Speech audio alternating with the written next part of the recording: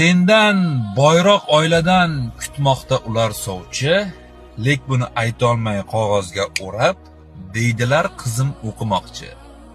Haqiqatda juda ham zo'r she'r ekan, kim yozgan bo'lsa ham menga rosa ham yoqdi. Do'stim, bu narsani esingdan chiqarma. Hozir 200 yil, 300 yil oldingiday majburlab turmushga berib yuboradigan yoki bo'lmasa kuyovni birinchi marta chimildiqda ko'radigan, qiz nima bo'layotganini tushunmay qoladigan zamon emas. Harakatingni qil, yaxshi ko'r, sovchini qo'y, vaziyatingni tushuntir, balki kutishi kerakligini tushuntir, lekin bo'lmadimi? Birinchidan bu taqdir. Ikkinchidan turmushga chiqib ketdimi, bu majburlab turmushga berilgani yo'q. Bilginki, o'sha yigitni qandaydir tomonlarini sendan ustun qo'ydi. Sendagi bor kamchiliklarni nimadirlarni u bilan to'ldirdi.